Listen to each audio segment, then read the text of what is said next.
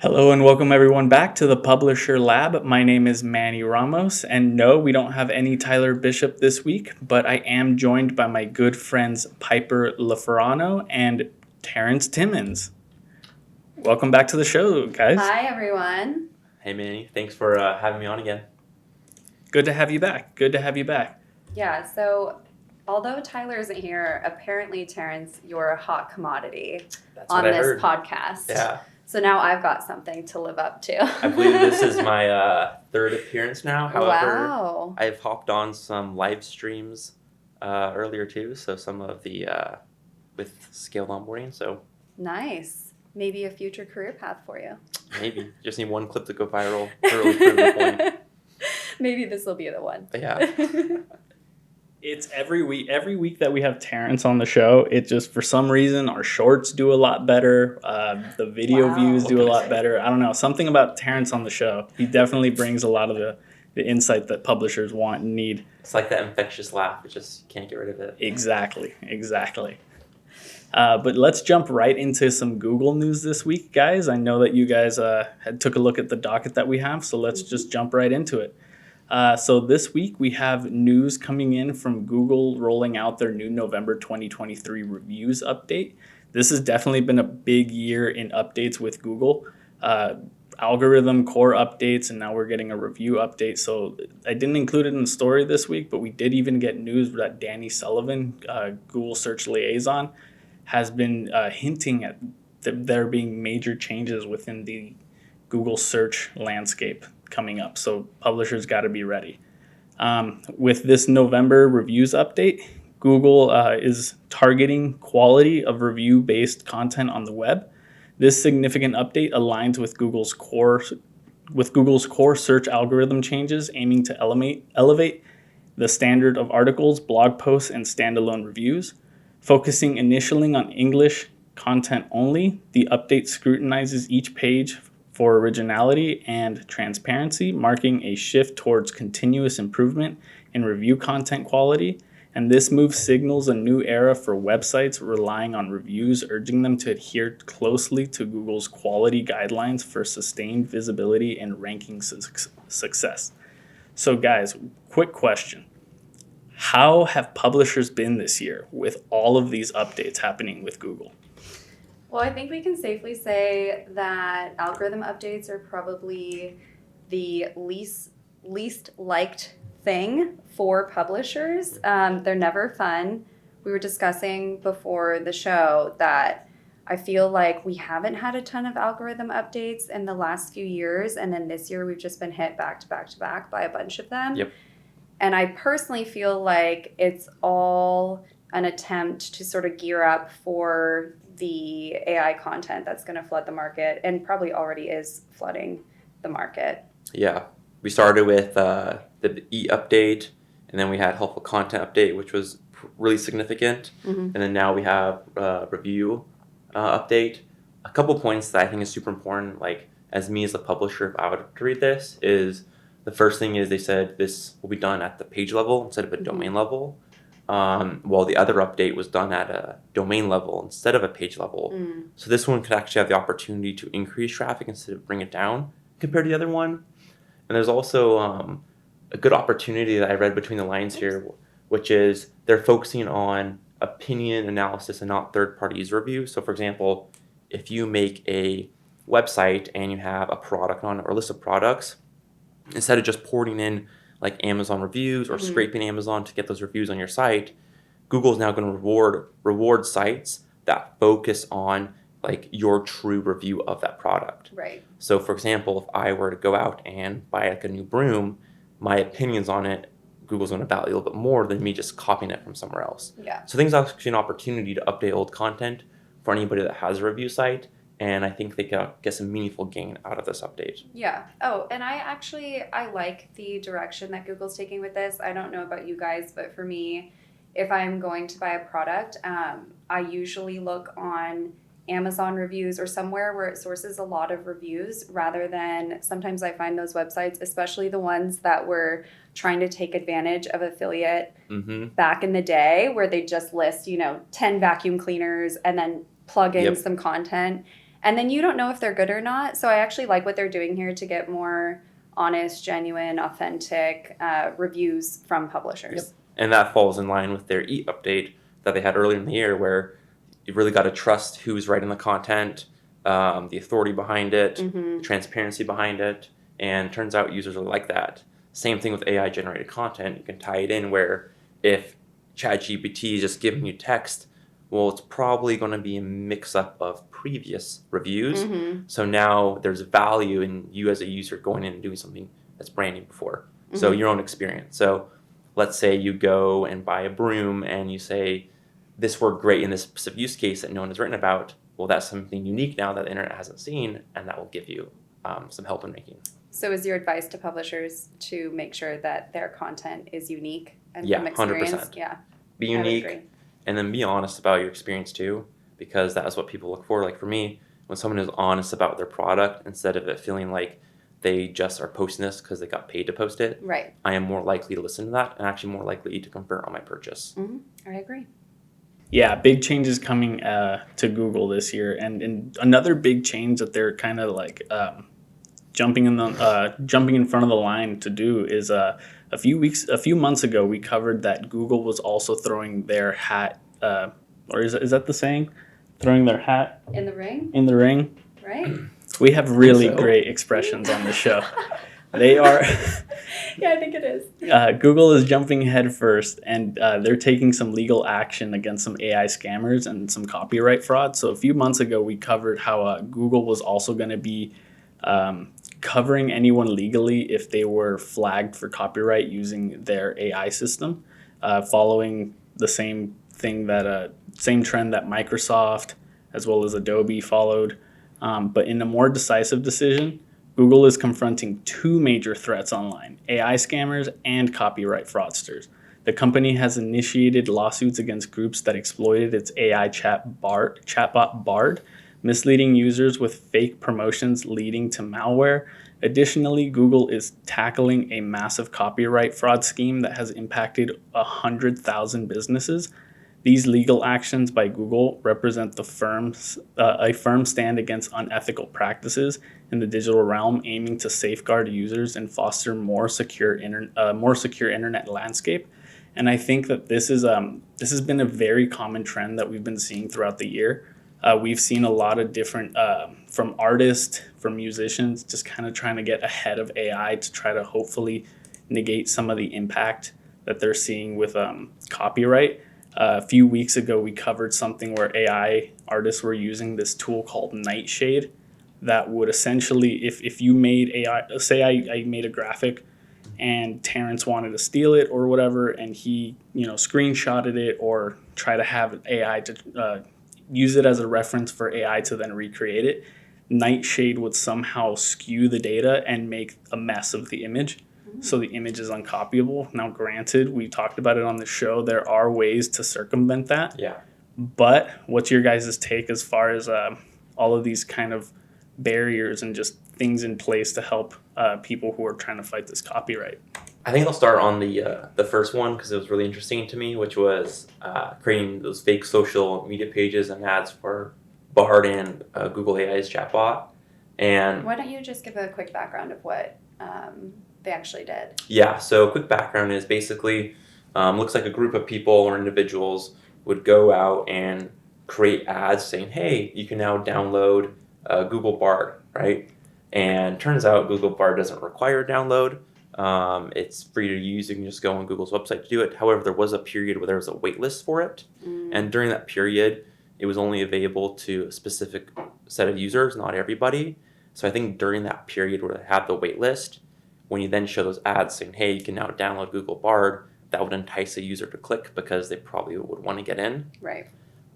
So that has a little bit of background on how that actually happens. So if you were going on a website or you're on like an Instagram page, it would say, hey, click here to download, and then you click on it and it's a link to malware, and that one won't be good for you as the user, right? A little point just on the whole malware ads is it's somewhat ironic, but Google AdSense has been having those type of ads run a lot over the years, and their whole change to their monetization model from going to CPC to CPM should fix that problem for advertisers. Hopefully. But it's still currently a thing. So Mhm. it is kind of interesting that they are, actually fighting back in this regard. So maybe we'll see an internet world where we have, more user-friendly ads when it comes to user safety to being clicked on. Mhm. And it's definitely seemed like this year Google just cannot stay out of the courtroom. Yeah, that's true. With the antitrust trial, and then now this, they even had their CEO recently testify in court as well. So there's just a lot of things happening at Google. So we definitely have to keep our eye on it, especially going into Q4 with publishers kind of hoping that this is the season where they get the most revenue. It's really going to be interesting because I feel like this year is going to be a lot different to what we see next year, and it's going to be very reliant on what this antitrust trial case is, as well as how Google kind of implements AI and how advanced their VAR system gets. But moving on to some social media news and talking about Meta and Snap. The European Commission is taking a firm stance on child safety online, setting a December 1st deadline for Meta platforms and Snapchat to disclose their child protection strategies. This move is part of a larger initiative that includes other major platforms like YouTube and TikTok, and this aims to shield minors from illegal and harmful online content. Under the new Digital Services Act, these tech giants are obligated to act against such content or face significant fines, and the Commission's focus is on child safety, the growing concern about the impact of digital content on younger audiences, and that kind of falls in line with a story that came out a few weeks ago where Mark Zuckerberg apparently rejected a personal proposal to improve teens' mental health, according to court documents. In a startling revelation from a lawsuit against Meta, Mark Zuckerberg is accused of blocking efforts to enhance teen mental health on Facebook and Instagram. Internal communications show that Zuckerberg overruled key proposals, including a 2019 initiative to disable Instagram's beauty filters. Despite concerns about their impact on teens' self-images, top executives, including Instagram's Adam Mosseri and Nick Clegg, pushed for more protective measures, citing issues like addiction and bullying. However, Mark Zuckerberg's data-driven approach and demand for conclusive proof led to this initiative being sidelined. This news has sparked widespread criticism of Zuckerberg's leadership and Meta's commitment to users' well-being. And I mean, we've all grown up with social media, and we've all kind of experienced the benefits and the negative impacts of social media. How do you guys feel about Mark Zuckerberg and Meta just not taking mental health as seriously as maybe they should? I have lots of thoughts on this, and I actually didn't grow up with social media. So Facebook came out when I was in high school, but at that point it was only for college students. So I didn't even have it until college, which I'm very grateful for, because I can't imagine being a child with social media as it is today. I think the issue that we have here is that, Zuckerberg's data-driven approach, unfortunately, the data is at odds with what we're trying to achieve. So, we're trying to focus on, they are trying to focus on well-being, mental health, all of those things, body image, etc. But for these large corporations like Meta, even YouTube, the metrics that they're trying to optimize for are watch time or time on the app or engagement on the app. And if we know that those things are bad for mental health and well-being, but they're good for revenue and engagement for those companies, then as we can clearly see, we're at odds with each other. So I do think that it's important for these companies, especially Meta with Instagram and TikTok and YouTube, to have some sort of policies detailed or protections detailed. And then also, they have all the data. They know what works. It could be as simple as making sure the algorithms that these children are a part of are focused on the right things and not putting them down these sort of rabbit hole algorithms that aren't good for them. No, I agree 100%. This actually reminds me of an analogy related to the tobacco industry. And so it's really clear that, I don't know if you've ever looked at data of like teen suicide rates or depression rates or loneliness rates of surveys, but it's clear all those metrics have been getting worse as we enter this era of social media. And of course, a company like Meta is going to have all the data on its users and interactions. And so I guarantee you they have done research on the impacts on their users, like long-term health. But, Mark Zuckerberg rejects that, for like a revenue reason. Then it's clear that they're trying to protect profits over the actual health of the users, which is the same thing happened when tobacco companies were like, no, our cigarettes don't actually cause cancer, when it does. And they actually hid that data. So it's kind of running into a similar scenario here. And I think it's important for society to find a fine balance on what type of features and elements of social media have that deteriorating effect on our young populace, and implement maybe policy or some sort of feature control that can help reduce that as much as possible, so people can still use Instagram. Like, if you're, like, as you said, Facebook when it first came out was for college students, but now anyone can go on it. Yeah. And I think it's going to be interesting because I think that it's not a thing that we can say like, oh, we can just take it away from kids. No. I think we're very far beyond that. I saw a report over the weekend where apparently they asked a bunch of kids 10 and younger what would they wanted to be when they grew up, and the number was YouTuber. overwhelmingly YouTuber, social media influencer. Twitch streamer. I think this is one of the first times where that career choice outranked like astronaut for students. So, it's going to be more embedded in our lives as we go forward, and especially with AI and like the ability to kind of like implement like all these chat bots and kind of circumvent, quote unquote, the loneliness that you mentioned, Terrence. I saw that a lot of therapists and a lot of people are turning to AI chatbots for guidance, for mentorship, whether that be in their career, their school, their personal life. So it's just technology is getting more and more embedded within us in our everyday lives. Yeah.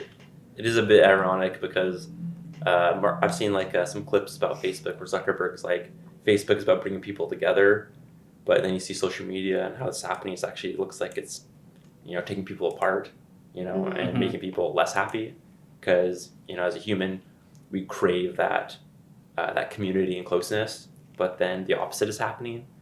So it's kind of interesting that we're not getting the outcome we wanted with these services. So clearly the path has been skewed a little bit in terms of, I think, usually profit and engagement. But. And I mean, along those same lines, when was the last time you went onto social media to chat with a buddy? Yeah. That's so true. Like if I'm going to be reaching out to friends, connecting with family, there's a good chance that I'm just going to send them a text message. Or call them. Yeah. But with social media, it's really just become like, a social hub where you can kind of just go see what's new, what's going on, what are brands up to, what kind of, cool thing is. Make sure you get hit with 2 ads in between your Instagram stories. Yeah. Exactly. But on the same topic of AI, Meta is going to be required to disclose whenever AI is used on upcoming political advertisements. It's taking a significant step to ensure the transparency of political advertising. Starting next year, political advertisers on the platform will be required to disclose if they use artificial intelligence or digital methods to create their altered ads. This global policy targets concerns about AI-driven misinformation influencing elections. Advertisers must be transparent about the use of photorealistic images, videos, audio, and with non-disclosure leading to potential ad rejections and penalties. This move follows familiar initiatives by other tech giants like Google, reflecting a growing emphasis on transparency in the digital political campaigns. And this has the social dilemma written all over it. I don't know if you guys got a chance to watch that Netflix documentary. I think this is something where Facebook kind of needed to do this, but I wanted to get your guys' take on this. Yeah, I think I can speak for myself, but I'm sure there's lots of people in the same boat. When the AI images and videos started getting really good, the first thing that went through my head was, oh my God, we're about to enter an election year. Like, this is the worst time for this, because you can, take the image of one of the candidates and have them say whatever you want and be wherever they want. And it's realistic. It's very realistic. And that could sway people. And that's really scary to think about. So I think it's really good that Facebook or Meta is taking this approach, and I'm sure what they'll do is disclose to the user when they do see the ad whether or not it has AI components to it. And then I'm assuming they'll probably also have some sort of review system with the AI ads to make sure that the content of the ads or whatever is being said or portrayed is at least fact checked, hopefully. Yeah. And that's nice to know they're doing something going into the election. Yeah, I agree with everything there. My point is, the deadline is, I believe it was end of the year, right? However, that means up until now, till the end of the year, is basically free reign too. So you could technically do targeted advertising if you're a political advertiser before the end of the year without disclosing that, and maybe sway some votes if that's possible. So that is one caveat I would keep note of. And then number two is, I would if this was me and I was thinking in terms of like an ethical standpoint, I would extend this to all advertisers, not just political. I agree. Yeah. And the reason why I think from like a strategy standpoint they're doing this now, as Manny mentioned earlier with like the social dilemma, Facebook got under a lot of heat because of its targeting advertising that happened in the 2016 election. So they're trying to circumvent that a little bit by saying, hey, no, look, we're, looking out for you guys. We're being transparent. We're trying to do the right thing. So they're trying to use this as like a good PR thing. And it's something that everyone agrees with, obviously. Right. So they're trying to get some, positive credibility back from the, I guess, the court of public. It'll be interesting to see if they still, if it's a video ad, if they air it, or if it's a, regular display ad, if they show it to people, and just put some sort of notice up, or if they are actually going to go through and review them before allowing people to see them. That will be interesting. Because I think, didn't Twitter do something, well, no, X, but didn't Twitter do something where they like put a little notice above some tweet saying like, we can't confirm that this is accurate or something like that? Yeah. So what I'm starting to think now too is like, imagine this, every single ad you see has that notice now. And what if the ad is like a picture of just the politician on like a podium, right? It's like completely like benign. So now if every single ad has that notice, people are just going to start ignoring it, become conditioned to see it. Yes. Then you could still influence negatively, just sway votes. And will the average voter actually look at that too? Right. So then there's like a degree really of impact. Optimistic, aren't you, Terrence? I'm just thinking of all the different angles. Yeah. And then also like from on the advertiser side, like if you're running these political campaigns on the ad op side, you're probably going to have to look at, your performance metrics for these campaigns versus other campaigns. Are you going to see a performance increase or decrease having this disclosure on your ads or not? My guess would be there would be no performance difference. However, overall, it's a good thing. Yeah. All right.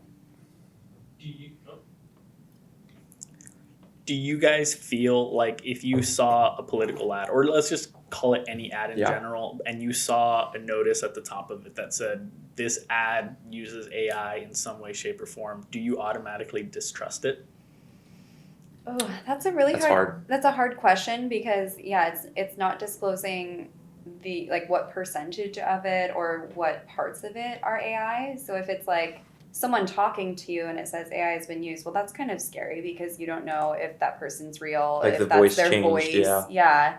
If it's like a picture and some words and it says the AI was used, well, in that case, like maybe they just used AI to generate a unique image, which is, there's nothing wrong with that. So I guess it depends on how they display that information to us and obviously what the ad is. Yeah. And also, like, a lot of photo editing software nowadays uses a lot of, like, subtle AI in terms of, like, maybe softening the contrast of the color. Right. Or, you know, maybe softening the image a little bit, changing the brightness, etc. So if you're using, like, a sophisticated software to edit your photos, then every single creative you put out there for your campaigns will have to have this disclosure on them. Right.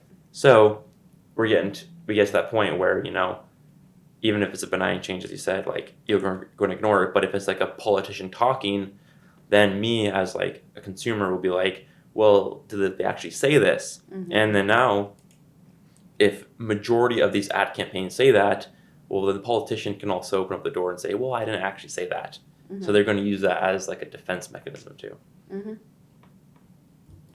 And it's so important that we know exactly, you know, what's going on with these ads, because I agree with you guys. If I see something like that, I'm going to immediately distrust it, even if it's something as simple as, you know, a photo editing thing. It's just the concern about there being more than just that image being used with AI is just too concerning. And I think that's something that has been a problem, and you've been seeing a lot of people starting to take action. A few months ago, we had Tom Hanks had an AI clone of him being used to create a dental insurance ad. Mr. Beast has an AI clone out there that's saying like, oh, you know, sign up for this and you're going to be given $1,000, and then people are signing up and having their information stolen. Joe Rogan ads I've seen where someone will make like a health product and then have a deep fake of Joe Rogan advertise that product to users, and it's not actually him saying it. He never said it at all. Oh my gosh, that's frightening. In order to get clicks and sales. Right. Yeah. And then let's just go ahead and jump straight into some publishing news that I think some publishers would be really interested in. At the very recent Axios AI Plus Summit, a pressing issue was brought up to the forefront by Danielle Coffey, CEO of News Media Alliance, representing over 2,000 news and magazine media outlets. Coffey voiced significant concerns about the practices of AI companies. These companies, she noted, are using news content to train their AI models without offering compensation or seeking permission from publishers. This practice poses a challenges to the news industries, already grappling with competition from big tech. Coffey emphasized the importance of accountability and standards in the use of news content by AI companies. She highlighted the need for bilateral agreement and collective negotiations through organizations like the NMA to ensure fair use and proper compensation for news content used in AI training. This stance marks a crucial step in addressing the balance between technological advancements and the rights of content creators. And this is really interesting to hear, especially from someone at a major news corporation, especially with Google now using AI bots to kind of try to disseminate local news as well. So it's just trying to like more and more cut into potential publishers who are posting content about news related to their industry or anything like that. What's your guys' take on this concept of if AI is going to be using information that's sourced from websites, should publishers be getting paid? Or do you think it's something where they should be able to just automatically opt out to not have their data be used?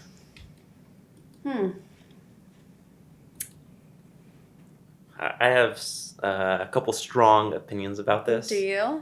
I'd say I'll start because you probably have more than me. But I think for the small to medium-sized publisher, I don't think that AI using your content to learn is a bad thing or a good thing. I'm pretty neutral on it. If you had the option to block them from not using your content, I mean, it's just such a small amount. Yeah. And it really is these larger organizations like the New York Times or the Wall Street Journal or, you know, this News Media Alliance where they have hundreds of thousands, probably millions of pieces of content that they've written. And that's obviously offering a lot more for free Yep. to these AI companies. So I think as an individual publisher, I don't think it's something that you need to worry about. Let's be honest, Google has been doing this for years. Yep. So It's like that. The cost to put your content on Google. yeah. I did see that some of the bigger organizations like the New York Times and someone else, but they've actually potentially gone directly to the AI companies to work out some sort of deal to get compensated for it. Makes sense. But I don't think we have been privy of what actually happened. Yeah. Maybe some, if you source us in any of your outputs, we get a share of revenue. I'm sure they came Yeah. up with something. Something Yeah. along those lines. Mhm. Yeah. What are your thoughts, Terrence? So I agree. Do you want to be paid? Yeah, I agree with a lot of what we said, and I do believe being paid for your content or your data in general is always a good idea for the consumer. And when you talk about the difference between small, medium publishers versus larger publishers, I see it in the same way, but a little bit different. And that little difference is I see it as a company that has a proprietary data set. Mhm. If you're, let's say, Grubhub, right? You have a data set of basically prices of food items, what people like, what they're rating them, a huge unique data set that you own. So then now you can leverage that data set and say, hey, if anyone wants to train an AI model using this data set, you got to pay us for it. Mhm. So I believe that is where things are headed. And in order to be successful in this new AI data economy, you're going to have to leverage your proprietary data set. Now, That's for the interesting. small publisher, it's hard to get any leverage here, as you said, because it's a drop in the bucket. And when you put your content in Google, you're basically already kind of giving it up at that point in exchange to get traffic to your site. However, if you're a publisher that is, let's say growing a database of users or some sort of unique database based off of your niche, then that type of data, I would try to hold on to it as best as you can. And then later on, try to leverage an AI to take advantage of it to build a new product or a feature or a service in order to take advantage of your proprietary data set that you built up. So I that agree is with you there. how I see it. But I do believe at the end of the day, people should get paid for their data. The big struggle is the everyday user doesn't know how much their data is worth, right? I don't know how much my search history is worth. I don't know how much, me clicking on sites and scrolling is worth, Right. Yeah. but advertisers know it really well. Yeah, So. that's very true. But I do believe there's some sort of monetization needs to come into play. Yeah, definitely. And I know that there's been talks about, and I think we've actually seen it perhaps in the Bing search results, where they actually link to the articles that they found the content on. So, I mean, that's kind of like what Google does in a way, where they're at least hopefully driving some traffic back to the publishers. So that's their way of being compensated for putting their content on there. So hopefully, as things progress with AI and these chat bots, there's still a way to give credit where credit's due to the publishers. And I guess one more note on the whole search engine is, Google's entire search engine is filled by content from publishers. So in order for their search engine to be better, they need more content. In order for them to get more content, they need to incentivize their publishers. How can they basically incentivize a publisher to make it worthwhile to produce content? So that's why they have, Google Ads, Google AdSense. They have all these services available to keep publishers making content so they can kind of feed into their machine and give the best result to the user. But if we get to a point where, someone just on their phone asking, some GPT AI agent, hey, what are the ingredients in this dish I want to make? It doesn't even go to a site, then that's when the game kind of completely changes. And but that won't happen for a long time. I think I mentioned earlier in the show. That just made me have a really interesting thought. Going back to the Google algo updates, where they're trying to make all of the content super useful to the point, no fluff. Like one of them was like, get rid of all the fluff. We want to find the recipe. We want to know what's going into the recipe. I wonder if that is so they can feed that into Bard and give exact answers rather than all the fluff they have to sort through with these Probably. top landing pages or, sites that used to rank high and might not rank as high anymore for those pages. It could be. I would guarantee that's probably what's happening. Yeah. It makes a lot of sense. I'm like Tyler turning into a conspiracy theorist now. I mean, also, like, if you think about how Welcome to Google, the publisher. Yeah. lab. Yeah. So, like, Google basically works where it's like you have user A, they click on a result, and they, give some performance metric, and then they take that data and then apply it to the next user, and then user B looks at the results, gives some performance metric, and the next user, same thing. So each user is helping the next user after them. Mm. So if you type in a keyword in Google search, what you're doing on there, that data is going to be used to help the next user after you, Right. to have a more helpful thing. Mm-hmm. And since all users are helping each other in the system, they're basically finding the best and consistent answer for every single query. Right.